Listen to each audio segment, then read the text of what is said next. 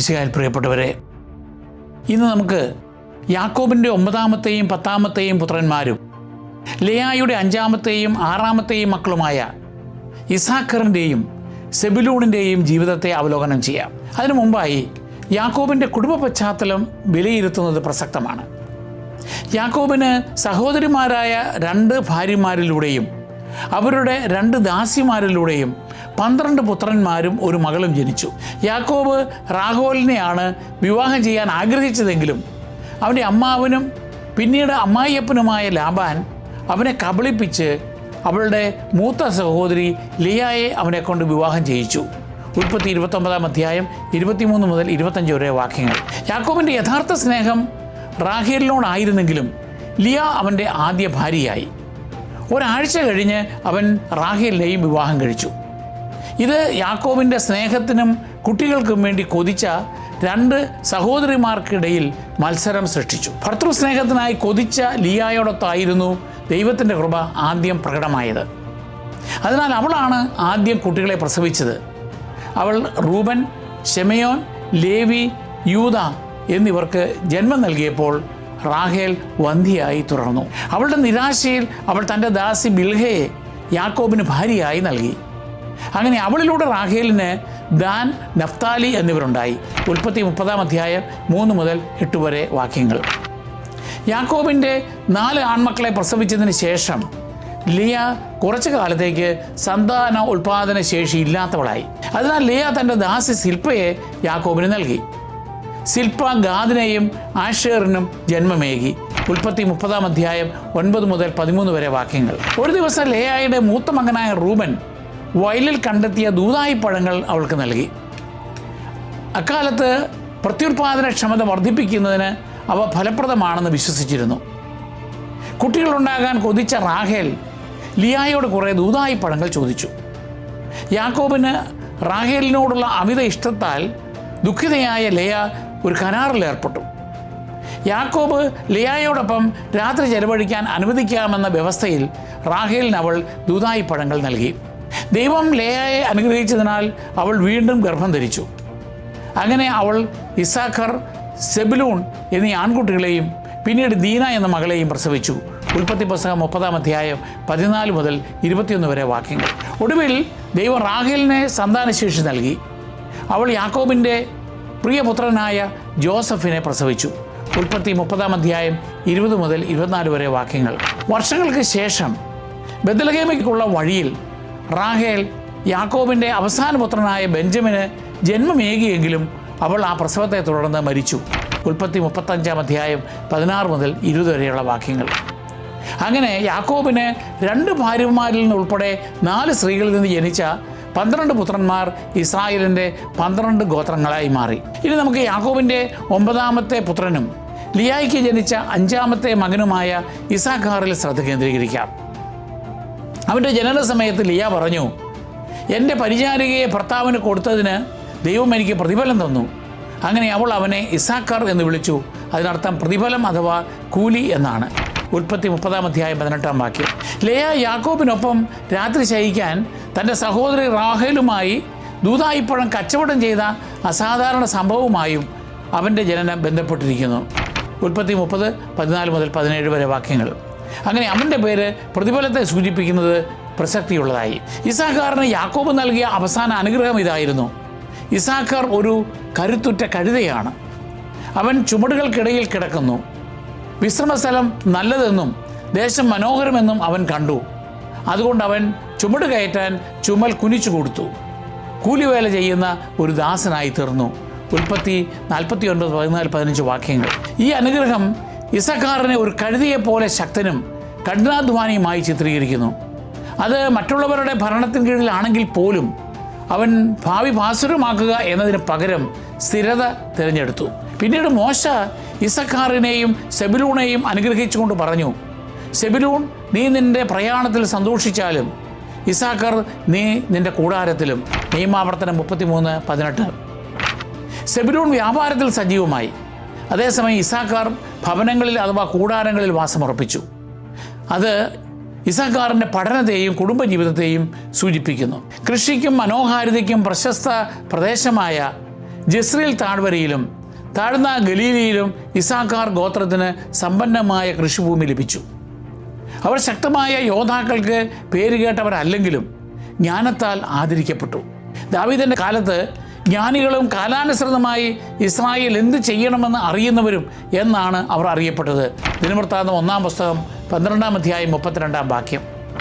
ഇക്കാരണത്താൽ ഇസ്സാഖാറിനെ പണ്ഡിതന്മാരുടെ ഒരു ഗോത്രമായി യഹൂദ പാരമ്പര്യത്തിൽ ഓർമ്മിക്കുന്നു. സെബുലൂൺ വ്യാപാരത്തിൽ ശ്രദ്ധിച്ചപ്പോൾ ഇസ്സാഖാർ ബൈബിൾ പഠനത്തിനായി സ്വയം സമർപ്പിച്ചുവെന്നും അവരെ സെബുലൂൺ ഗോത്രക്കാർ സാമ്പത്തികമായി പിന്തുണച്ചുവെന്നും റബായിമാർ പഠിപ്പിച്ചു.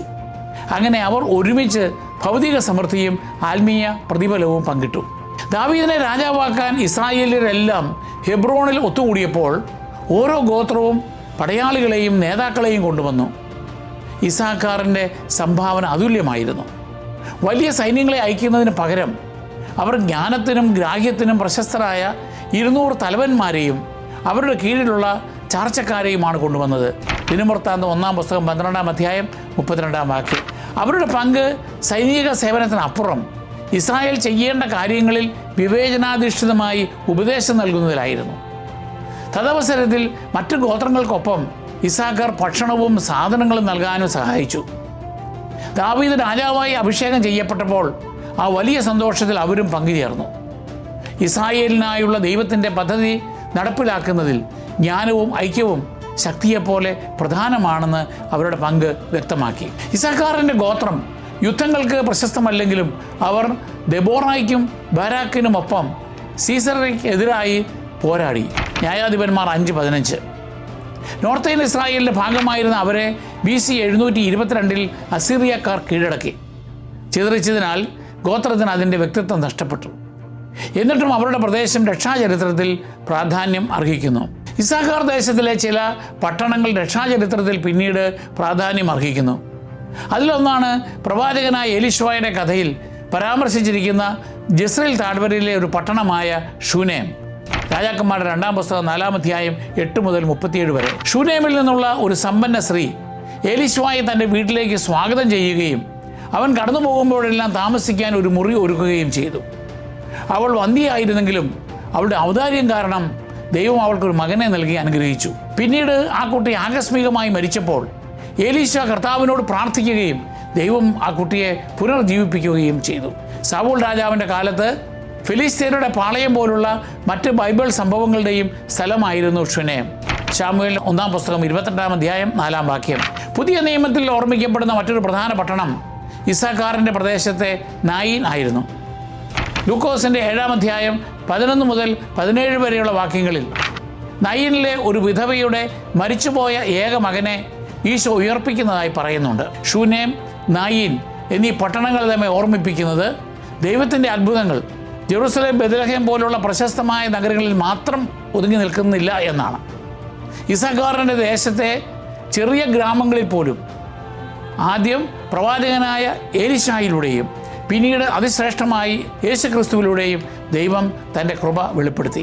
ഇസ്സാഖാറിൻ്റെ പിൻഗാമികൾ ജ്യോതിശാസ്ത്രത്തിലും കലണ്ടർ തയ്യാറാക്കലിലും വിദഗ്ധരായിരുന്നുവെന്നും അതുവഴി തിരുനാളുകൾ സമയോചിതമായി നിർണ്ണയിക്കുവാൻ അവർ സഹായിച്ചുവെന്നും യഹൂദ പാരമ്പര്യം പഠിപ്പിക്കുന്നു. അവരുടെ ഗോത്ര പതാക ജ്ഞാനത്തിൻ്റെയും പഠനത്തിൻ്റെയും പ്രതീകമായ നിയമച്ചുരുളുകൾ, സൂര്യൻ, ചന്ദ്രൻ എന്നിവയായിരുന്നു. ക്രിസ്തുവിൻ്റെ അപ്പസ്തോലന്മാരിൽ ഒരുവനായ ബർത്തലോമിയ അഥവാ നഥാനിയേൽ ഗലീലയിലെ കാനായിൽ നിന്നുള്ളയാളായിരുന്നു. യോഹന്നാന്റെ സുവിശേഷം 21-ാം അധ്യായം 2-ാം വാക്യം. ഈ പ്രദേശമാകട്ടെ ഇസ്സാഖാർ ഗോത്രത്തിൻ്റെ പുരാതന ദേശത്തായിരുന്നു. യോഹന്നാന്റെ സുവിശേഷത്തിൽ ഫിലിപ്പ് നഥാനിയേലിനെ കണ്ടപ്പോൾ അവനൊരു അത്തിമരത്തിൻ്റെ ചുവട്ടിൽ ഇരിക്കുകയായിരുന്നു. യോഹന്നാന്റെ സുവിശേഷം 1-ാം അധ്യായം 48-ാം വാക്യം. യഹൂദ വ്യാഖ്യാന പ്രകാരം അത്തിമരത്തണൽ പ്രാർത്ഥനയ്ക്കും ബൈബിൾ പഠനത്തിനും ധ്യാനത്തിനും സമാധാനത്തോടെ ചെലവഴിക്കുന്ന സ്ഥലമായിരുന്നു. അതിനാൽ നഥാനിയേൽ പ്രാർത്ഥനയും ജ്ഞാനവും വിവേചനവുമുള്ളവനായി ഇസ്സാഖാറിൻ്റെ പൈതൃകത്തെ പ്രതിഫലിപ്പിക്കുന്നു. മിശിഹായെ കണ്ടുമുട്ടിയപ്പോൾ ധ്യാനനിമഗ്നനായിരുന്ന നഥാനിയേലിന് യേശു മിശിഹായാണെന്ന് തിരിച്ചറിയുവാൻ കഴിഞ്ഞു. ഇസ്സാഖാർ പഠനത്തിൻ്റെയും സേവനത്തിൻ്റെയും ഭാരം വഹിച്ചതുപോലെ അവൻ്റെ ജ്ഞാനത്തിൻ്റെ നാട്ടിൽ നിന്നും അങ്ങനെ ഒരു അപ്പസ്തോലൻ ഉയർന്നു വന്നു. അവൻ്റെ ഹൃദയം ലോകത്തിൻ്റെ വെളിച്ചം സ്വീകരിച്ച് മറ്റുള്ളവർക്ക് പ്രദാനം ചെയ്തു. ക്രൈസ്തവ കാഴ്ചപ്പാടിൽ ഇസ്സാഖാർ പ്രതിനിധീകരിക്കുന്നത് പഠനത്തിനും പ്രാർത്ഥനയ്ക്കും പഠിപ്പിക്കലിനും സ്വയം സമർപ്പിക്കുന്നവരുടെ നിശബ്ദവും എന്നാൽ സുപ്രധാനവുമായ പങ്കിനെയാണ്. സെബുലൂണിനെ പോലെ മിഷണറിമാരെയും തൊഴിലാളികളെയും സഭയ്ക്ക് ആവശ്യമുള്ളതുപോലെ ഇസാഖാറിനെ പോലെയുള്ള പണ്ഡിതന്മാരെയും അധ്യാപകരെയും ചിന്തകരെയും സഭയ്ക്ക് ആവശ്യമാണ്. ഇസാഖാറിൻ്റെ ശക്തനായ കഴുതയുടെ പ്രതിച്ഛായ എളിമയുടെയും സേവനത്തിൻ്റെയും ഓർമ്മപ്പെടുത്തലാണ്. കഴുതപ്പുറമേറി യെരുസലേമിൽ പ്രവേശിച്ച് കുരിശിൻ്റെ ഭാരം വഹിച്ച ക്രിസ്തുവിനെ അത് അനുസ്മരിപ്പിക്കുന്നു. ഇസാഖാറിൻ്റെ കഥയിൽ നിന്ന് നമുക്ക് പഠിക്കാൻ കഴിയുന്ന പാഠങ്ങൾ നോക്കാം. ഒന്ന്, മൂല്യജ്ഞാനവും വിവേകവും. ജ്ഞാനികളും കാലാനുസൃതമായി ഇസ്രായേൽ എന്തു ചെയ്യണമെന്ന് അറിയുന്നവരും ഇസാഖാർ ഗോത്രത്തിൽ ഉണ്ടായിരുന്നതിനാൽ അവർ പ്രശംസിക്കപ്പെട്ടു. ദിനവൃത്താന്തം 1-ാം പുസ്തകം 12-32 വാക്യം. ശാരീരിക ശക്തിയെപ്പോലെ തന്നെ ജ്ഞാനവും വിവേചന ശേഷിയും പ്രധാനമാണെന്ന് അവരുടെ പാരമ്പര്യം നമ്മെ അനുസ്മരിപ്പിക്കുന്നു. നമ്മുടെ ജീവിതത്തിൽ കുടുംബങ്ങൾക്കും സമൂഹങ്ങൾക്കും സഭയ്ക്കും വേണ്ടി ശരിയായ തീരുമാനങ്ങൾ പ്രാർത്ഥനാപൂർവ്വം എടുക്കുവാൻ ദൈവത്തിൻ്റെ മാർഗനിർദ്ദേശങ്ങൾ ശ്രദ്ധിക്കുവാൻ ഇത് നമ്മെ പഠിപ്പിക്കുന്നു. 2, സജീവവും അനുകരണാർഹവുമായ 2 ദൈവവിളികൾ. സെബുലൂൺ വ്യാപാരത്തിന് പുറപ്പെടുന്നതിനും ഇസാഖാർ പഠനത്തിനും പഠിപ്പിക്കലിനും വേണ്ടി കൂടാരങ്ങളിൽ വസിക്കുന്നതിനും മോശ അനുഗ്രഹിച്ചത് പ്രവർത്തനത്തിനും പഠനത്തിനും തുല്യ പ്രാധാന്യമുള്ള പങ്കാളിത്തത്തെ കാണിക്കുന്നു. നിയമാവർത്തനം 33:18.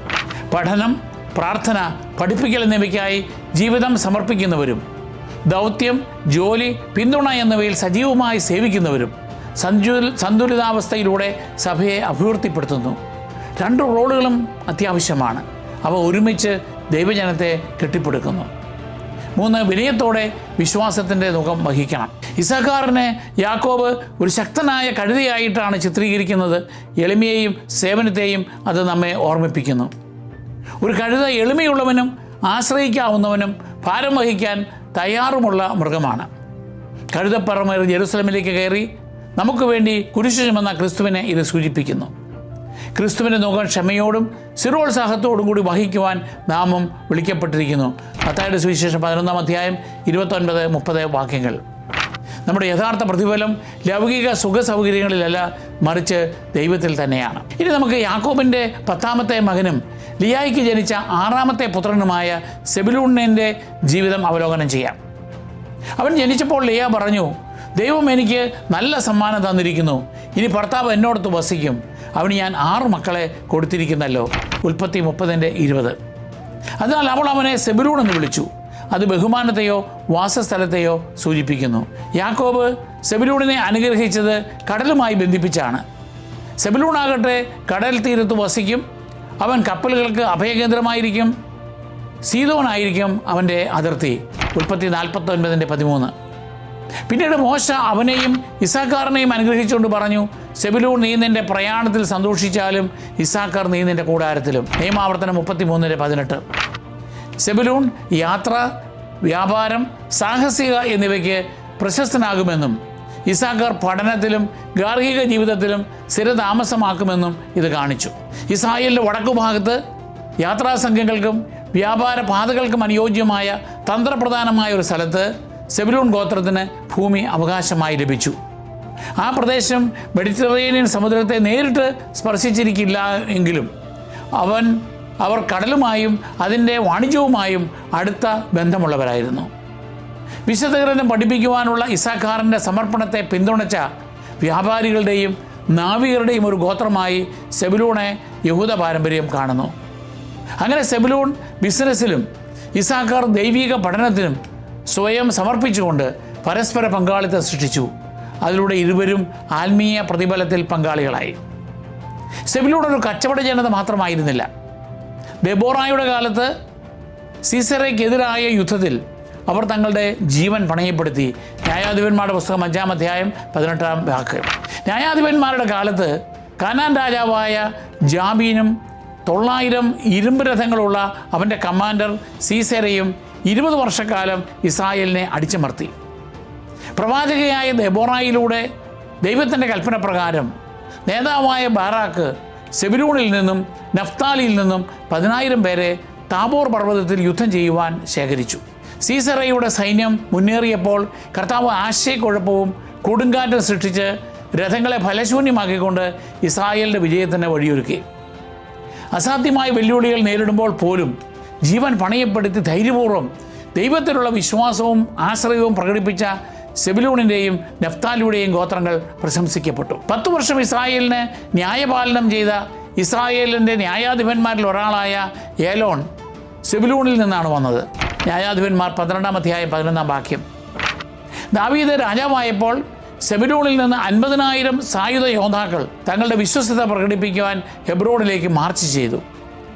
അവർ നന്നായി പരിശീലനം നേടിയവരും സജ്ജരും വിശിഷ്യ ദൈവം തിരഞ്ഞെടുത്ത രാജാവിനെ പിന്തുണയ്ക്കുന്നതിൽ പൂർണ്ണമായി സമർപ്പിച്ചിരുന്നവരുമായിരുന്നു. ദിനവൃത്താന്തം 1-ാം പുസ്തകം 12-ാം അധ്യായം 34-ാം വാക്യം. ദൈവത്തിൻ്റെ ദൗത്യം നിറവേറ്റുന്നതിൽ ധൈര്യത്തിൻ്റെയും ഒരുക്കത്തിൻ്റെയും അവിഭാജ്യമായ ഭക്തിയുടെയും പ്രാധാന്യം അവരുടെ മാതൃക നമ്മെ പഠിപ്പിക്കുന്നു. പിന്നീട് സെബുലൂണിൻ്റെ ദേശം ഗലീലിയുടെ ഭാഗമായി. പ്രവാചകനായ യേശയ്യ സെബുലൂണും നഫ്താലിയും ഒരിക്കൽ അന്ധകാരത്തിൽ കഴിഞ്ഞിരുന്നെങ്കിലും വലിയ പ്രകാശം കാണാൻ തിരഞ്ഞെടുക്കപ്പെട്ട ഒരു ദേശമാണെന്ന് പ്രവചിച്ചു. യേശയ്യയുടെ പുസ്തകം 9-ാം അധ്യായം 1-2 വാക്യങ്ങൾ. യേശു ഗലീലിയിൽ താമസിക്കുകയും പ്രസംഗിക്കുകയും ചെയ്തപ്പോൾ ഇത് യാഥാർത്ഥ്യമായി. ഈശോ വളർന്ന നസറത്ത് സെബുലൂണിൻ്റെ പ്രദേശമായിരുന്നു. യേശു ഗലീലിയിൽ തൻ്റെ ശുശ്രൂഷ ആരംഭിച്ചപ്പോൾ ഈ പ്രവചനം നിവൃത്തിയേറിയതായി മത്തായിയുടെ സുവിശേഷം രേഖപ്പെടുത്തുന്നു. മത്തായി 4:13 മുതൽ 16 വരെ വാക്യങ്ങൾ. ഈ രീതിയിൽ സെബുലൂൺ കപ്പലുകൾക്ക് മാത്രമല്ല സുവിശേഷത്തിനുള്ള തുറമുഖമായും മാറി. യഹൂദ പാരമ്പര്യപ്രകാരം സെബുലൂണിൻ്റെ ചിഹ്നം അവരുടെ വ്യാപാര തൊഴിലിനോട് യോജിക്കുന്ന കപ്പലായിരുന്നു. മണലിലെ നിധികൾ എന്ന മോശയുടെ വാക്കുകൾ കടൽ കക്കകളിൽ നിന്ന് ശേഖരിച്ചിരുന്ന അമൂല്യ ഡൈ അഥവാ ചായത്തെയോ ഗ്ലാസ് നിർമ്മിക്കുന്നതിന് ഉപയോഗിക്കുന്ന ധാതുക്കളെയോ പരാമർശിക്കുന്നതായി ചില റബായിമാർ വിശദീകരിച്ചു. കടലിൽ യാത്ര ചെയ്ത ശേഷം നിനിവയിൽ പ്രസംഗിച്ച യോനാ പ്രവാചകൻ സെബുലൂണിൻ്റെ നാട്ടിൽ നിന്നാണ് വന്നതെന്ന് മറ്റൊരു പാരമ്പര്യം പറയുന്നു. സെബുലൂൺ ക്രൈസ്തവർക്ക് ദൗത്യ നിർവഹണം, ഔദാര്യം, ലോകവുമായി ബന്ധപ്പെടൽ എന്നിവയെ പ്രതിനിധീകരിക്കുന്നു. ഇസാഖാറിനെ സെബുലൂൺ പിന്തുണച്ചതുപോലെയാണ് സഭയിൽ ലോക വ്യാപാരങ്ങളിൽ വ്യാപൃതരായവർ പഠിക്കുകയും പഠിപ്പിക്കുകയും പ്രാർത്ഥിക്കുകയും ചെയ്യുന്നവരുടെ മിഷണറി ദൗത്യത്തെ പിന്തുണയ്ക്കുന്നത്. യേശുവിനെയും ശിഷ്യന്മാരെയും സഹായിച്ചു കൊണ്ടിരുന്നവർ ഇതേ മാതൃകയാണ് കാണിച്ചത്. ലൂക്കോസ് 8:3 പറയുന്നു, ഹെറോദോസിൻ്റെ കാര്യസ്ഥനായ കൂസായുടെ ഭാര്യ യോവന്നായും സൂസന്നയും തങ്ങളുടെ സമ്പത്ത് കൊണ്ട് അവരെ ശുശ്രൂഷിച്ചിരുന്ന മറ്റു പല സ്ത്രീകളും അവരോടൊപ്പം ഉണ്ടായിരുന്നു. എല്ലാ ജനതകളിലേക്കും സുവിശേഷം എത്തിക്കുവാൻ ചരിത്രത്തിൻ്റെ കടലിലൂടെ സഞ്ചരിക്കുന്ന ഒരു കപ്പലായി സഭയെ സെബുലൂൺ നമ്മെ ഓർമ്മിപ്പിക്കുന്നു. നമ്മുടെ പ്രവൃത്തിയിലൂടെയും ഔദാര്യത്തിലൂടെയും നമ്മെ വിളിക്കുന്നിടത്തെല്ലാം പോകാനുള്ള നമ്മുടെ സന്നദ്ധതയിലൂടെയും ദൈവമഹത്വം കൊണ്ടുവരുന്നതിനെ ബഹുമാനമെന്നർത്ഥമുള്ള സെബുലൂണിൻ്റെ പേര് സൂചിപ്പിക്കുന്നു. സെബുലൂണിൽ നിന്നും അദ്ദേഹത്തിൻ്റെ ഗോത്രത്തിൽ നിന്നും നമുക്ക് ലഭിക്കുന്ന പാഠങ്ങൾ നോക്കാം. ഒന്ന്, ദൈവിക ശുശ്രൂഷയെ പിന്തുണയ്ക്കാൻ നമ്മുടെ നേട്ടങ്ങൾ പങ്കുവയ്ക്കണം. ബൈബിൾ പഠനത്തെ പിന്തുണയ്ക്കാൻ സഹായിച്ച ഒരു വ്യാപാര ഗോത്രമായിട്ടാണ് സെബുലൂൺ ഓർമ്മിക്കപ്പെടുന്നത്. നമ്മുടെ കഴിവുകളും വിഭവങ്ങളും അത് ബിസിനസ്സിലോ ജോലിയിലോ മറ്റു നേട്ടങ്ങളിലോ ആയാലും ദൈവമഹത്വത്തിനും സഭയുടെ ഉന്നതിക്കും പിന്തുണയ്ക്കണമെന്ന് ഇത് നമ്മെ ഉത്ബോധിപ്പിക്കുന്നു. സെബുലൂണെ പോലെ നാമും ഉദാരതയിലേക്ക് വിളിക്കപ്പെട്ടിരിക്കുന്നു. കാരണം സഭയുടെ ദൗത്യത്തെ പിന്തുണയ്ക്കുമ്പോൾ അതിൻ്റെ ആത്മീയ പ്രതിഫലത്തിൽ നാം പങ്കുചേരുന്നു. 2, ധൈര്യത്തോടെയും പ്രതിബദ്ധതയോടെയും ജീവിക്കുക. സെബുലൂൺ ഒരു ബിസിനസ് ഗോത്രം മാത്രമല്ല, ധീരതയ്ക്കും പേരുകേട്ടതായിരുന്നു. അവർ സിസേരയ്ക്കെതിരെ ദെബോറയോടൊപ്പം പോരാടുകയും പിന്നീട് ദാവീദിനെ പിന്തുണയ്ക്കാൻ ആയിരക്കണക്കിന് യോദ്ധാക്കളെ അയക്കുകയും ചെയ്തു. വിശ്വാസം വാക്കുകളിൽ മാത്രമല്ല പ്രവൃത്തിയിലും വേണമെന്ന് ഇത് നമ്മെ പഠിപ്പിക്കുന്നു. വെല്ലുവിളികൾ ഉണ്ടാകുമ്പോൾ ദൈവത്തിനും അവൻ്റെ ജനത്തിനും വേണ്ടിയുള്ള സേവനത്തിൽ നമ്മുടെ ജീവിതം സമർപ്പിച്ചുകൊണ്ട് ധൈര്യത്തോടെ ഉറച്ചു നിൽക്കാൻ നാം വിളിക്കപ്പെട്ടിരിക്കുന്നു. 3, സുവിശേഷത്തിന് ഒരു തുറമുഖമാകുക. അന്ധകാരത്തിൽ കഴിഞ്ഞിരുന്ന സെബുലൂൺ ദേശം ഒരു വലിയ പ്രകാശം കാണുമെന്ന് യേശയ്യ പ്രവചിച്ചു. യേശു അവിടെ തൻ്റെ ശുശ്രൂഷ ആരംഭിച്ചുകൊണ്ടത് നിറവേറ്റി. നമുക്കും നമ്മുടെ കുടുംബങ്ങൾക്കും സമൂഹങ്ങൾക്കും ക്രിസ്തുവിൻ്റെ വെളിച്ചം മറ്റുള്ളവർക്കായി പ്രകാശിക്കുന്ന തുറമുഖങ്ങളാക്കി മാറ്റാൻ കഴിയുമെന്ന് സെബുലൂണിൻ്റെ കഥ നമ്മെ ഓർമ്മിപ്പിക്കുന്നു. സെബുലൂണിനെ നഫ്താലി ഗോത്രവുമായി ബന്ധപ്പെടുത്തിയുള്ള പരാമർശനങ്ങൾ നമുക്ക് ബൈബിളിൽ കാണാം. ഈ ഗോത്രങ്ങൾക്ക് അടുത്ത ബന്ധമുണ്ടാകുവാൻ കാരണം അവർ ഇരുകൂട്ടരും വടക്കൻ ഇസ്രായേലിൽ പരസ്പരം അടുത്താണ് താമസിച്ചിരുന്നത്. സെബുലൂണിൻ്റെ ദേശം താഴ്ന്ന ഗലീലിയായിരുന്നു. അതേസമയം നഫ്താലിയുടെ പ്രദേശം വടക്കോട്ട് ഗലീലി കടലിനടുത്തും മലയോര പ്രദേശങ്ങളിലും വ്യാപിച്ചു കിടന്നു. അവർ അയൽക്കാരായിരുന്നതിനാൽ ചരിത്രവും വ്യാപാരവും യുദ്ധങ്ങളും അവർ പങ്കിട്ടു. ന്യായാധിപന്മാരുടെ പുസ്തകത്തിൽ ദെബോറായും ബാരാക്കും സീസരയ്ക്കെതിരെ യുദ്ധം ചെയ്തപ്പോൾ സെബൂലൂൻ നഫ്താലി യോദ്ധാക്കളെ അയച്ചു. നഫ്താലിയുടെ നേതാവായ ബാരാക്ക് അതിലൊരു പ്രധാന പങ്ക് വഹിച്ചു. അതേസമയം സെബൂലൂണിൻ്റെ ആളുകൾ അവരുടെ ജീവൻ ഇക്കാര്യത്തിൽ പണയപ്പെടുത്തിയതിന് പ്രശംസിക്കപ്പെടുന്നു. സെബൂലൂൻ, നീ നിന്റെ പ്രയാണത്തിൽ സന്തോഷിച്ചാലും ഇസാക്കർ, നീ നിന്റെ കൂടാരത്തിലും. ഇസ്രായേലിനെ പ്രതിരോധിക്കുന്നതിൽ അവർ പങ്കിട്ട ധൈര്യവും വിശ്വസ്തയും ഇത് കാണിക്കുന്നു. മിശിഹ ആദ്യം പ്രകാശം വരുത്തുന്നത് സെബൂലൂണിൻ്റെയും നഫ്താലിയുടെയും ദേശങ്ങളിലായിരിക്കുമെന്നാണ് ഏശയ്യ പ്രവചിച്ചത്. ഏശയ്യ 9:1-2 വാക്യങ്ങൾ. ഇത് യേശുവിൽ നിവൃത്തിയേറിയതായി മത്തായിയുടെ 4-ാം അധ്യായം 13 മുതൽ 16 വരെയുള്ള വാക്യങ്ങളിൽ പരാമർശിക്കുന്നു. അവൻ നസ്രത്ത് വിട്ട് സെബൂലൂണിൻ്റെയും നഫ്താലിയുടെയും അതിർത്തിയിൽ സമുദ്രതീരത്തുള്ള കഫർനാവിൽ ചെന്ന് പാർത്തു. ഇത് യെശയ്യാ പ്രവാചകൻ വഴി അരുളി ചെയ്യപ്പെട്ടത് നിവൃത്തിയാകുവാൻ വേണ്ടിയാണ്. ഈ രീതിയിൽ ക്രിസ്തുവിൻ്റെ സുവിശേഷ ദീപ്തി ആദ്യം കണ്ട 2 ഗോത്രങ്ങളാണ് സെബൂലൂണും നഫ്താലിയും. ഈ ഗോത്രങ്ങളിൽ നിന്ന് നമുക്ക് ഉൾക്കൊള്ളാവുന്ന പാഠങ്ങൾ നോക്കാം. 1. ദൈവം നമ്മെ അന്ധകാരത്തിൽ നിന്ന് പ്രകാശത്തിലേക്ക് നയിക്കുന്നു. യെശയ്യ പ്രവചിച്ച പ്രകാരം ഒരിക്കൽ അസീറിയൻ ആക്രമണത്തിലൂടെ നിന്ദിക്കപ്പെട്ട സെബൂലൂൺ, നഫ്താലി പ്രദേശങ്ങൾക്ക് മിശിഹായുടെ പ്രകാശം ആദ്യം കാണുവാൻ ഭാഗ്യമുണ്ടായി. ദൈവത്തിൻ്റെ പദ്ധതിയിൽ വലിപ്പച്ചെറുപ്പമില്ല. തൻ്റെ മഹത്വം പ്രകടിപ്പിക്കാൻ ദൈവം പലപ്പോഴും എളിയവരെയും അവഗണിക്കപ്പെട്ടവരെയും തിരഞ്ഞെടുക്കുന്നു. 2. വ്യത്യസ്ത ദാനങ്ങൾ ഒരേ ദൗത്യത്തിലേക്ക് നയിക്കാം. സെബൂലൂൺ, നഫ്താലി ഗോത്രങ്ങളുടെ റോളുകൾ വ്യത്യസ്തങ്ങളായിരുന്നു. എന്നിരുന്നാലും അവർ ഒരുമയോടെ ദൈവഹിതം നിറവേറ്റി. സഭയിൽ ഓരോ വ്യക്തിക്കും അതുല്യമായ ദാനങ്ങളുണ്ട് എന്ന് ഇത് നമ്മെ ഓർമ്മിപ്പിക്കുന്നു. ചിലർ ബാഹ്യകാര്യങ്ങളിൽ വ്യാപൃതരാകുന്നെങ്കിൽ മറ്റുള്ളവർ ഉള്ളിൽ നിന്ന് വളർത്തുകയും പിന്തുണയ്ക്കുകയും ചെയ്യുന്നു. എന്നാൽ എല്ലാവരും ദൈവത്തിൻ്റെ നിയോഗത്തിനായി പ്രവർത്തിക്കുന്നു. 3. വിശ്വാസത്തിലും ധൈര്യത്തിലും ഒരുമിച്ച് നിൽക്കുക. ദെബോറായുടെയും ബാരാക്കിൻ്റെയും കാലത്ത് 2 ഗോത്രങ്ങളും ഇസ്രായേലിൻ്റെ ശത്രുക്കൾക്കെതിരായി ഒരുമിച്ച് പോരാടി. ന്യായാധിപന്മാർ 4-5 അധ്യായങ്ങൾ. അവരുടെ ഐക്യം വിജയം കൊണ്ടുവന്നു. ഇത് വിശ്വാസത്തിൻ്റെ സമൂഹമായി ഒരുമിച്ച് നിൽക്കാനും പരസ്പരം പിന്തുണച്ചുകൊണ്ട് ദൈവിക ശക്തിയിൽ വെല്ലുവിളികളെയും വിശ്വാസ പ്രതിസന്ധികളെയും അതിജീവിക്കുവാനും നമുക്ക് പ്രചോദനമാകുന്നു. നമുക്ക് പ്രാർത്ഥിക്കാം. സ്വർഗസ്ഥനായ പിതാവേ, അങ്ങയുടെ ദാസന്മാരായ ഇസാഖാർ, സെബൂലൂൺ, നഫ്താലി എന്നിവരുടെ വിശ്വാസത്തിനും മാതൃകയ്ക്കും ഞങ്ങൾ നന്ദി പറയുന്നു. ഇസാഖാറിൽ നിന്ന് ജ്ഞാനത്തിൻ്റെയും പ്രാർത്ഥനയുടെയും വിവേചനത്തിൻ്റെയും മൂല്യം ഞങ്ങളെ പഠിപ്പിക്കണമേ. അങ്ങനെ ഞങ്ങൾ കാലങ്ങളെ അറിയുകയും താഴ്മയോടെ നിൻ്റെ ഇഷ്ടം പിന്തുടരുകയും ചെയ്യട്ടെ. സെബൂലൂണിൽ നിന്ന് അങ്ങയുടെ സഭാസേവനത്തിനു വേണ്ടി ഞങ്ങളുടെ നേട്ടങ്ങൾ ഉദാരമായി പങ്കുവയ്ക്കാനും അങ്ങയുടെ പ്രകാശം പങ്കുവയ്ക്കുന്ന സുവിശേഷത്തിൻ്റെ തുറമുഖങ്ങളാകാനും ഞങ്ങൾക്ക് പ്രചോദനമേകണമേ. നഫ്താലിയിൽ നിന്ന് ഞങ്ങൾക്ക് ചൈതന്യവും സന്തോഷവും നൽകണമേ. അങ്ങനെ ഞങ്ങൾ ജീവിതത്തിൽ നല്ല ഫലം പുറപ്പെടുവിക്കുകയും ഐക്യത്തിലും വിശ്വാസത്തിലും ഒരുമിച്ച് നിൽക്കുകയും ചെയ്യട്ടെ. കർത്താവേ, ഈ ഗോത്രങ്ങളിലൂടെ അങ്ങ് ഗലീലയിലേക്ക് സുവിശേഷ വെളിച്ചം കൊണ്ടുവന്ന പോലെ ഞങ്ങളുടെ ഹൃദയങ്ങളിലും ഞങ്ങളുടെ സമൂഹങ്ങളിലും അങ്ങയുടെ പ്രകാശം പ്രസരിപ്പിക്കണമേ. അങ്ങനെ വ്യത്യസ്ത ദാനങ്ങളോടെ ഒരേ ദൗത്യത്തിന് ഒരുമിച്ച് പ്രവർത്തിക്കുന്നതിലൂടെ അങ്ങയുടെ വിശുദ്ധ നാമത്തിന് ബഹുമാനവും മഹത്വവും കൊണ്ടുവരുവാൻ ഞങ്ങൾക്കിടയാക്കണമേ. ആമേൻ.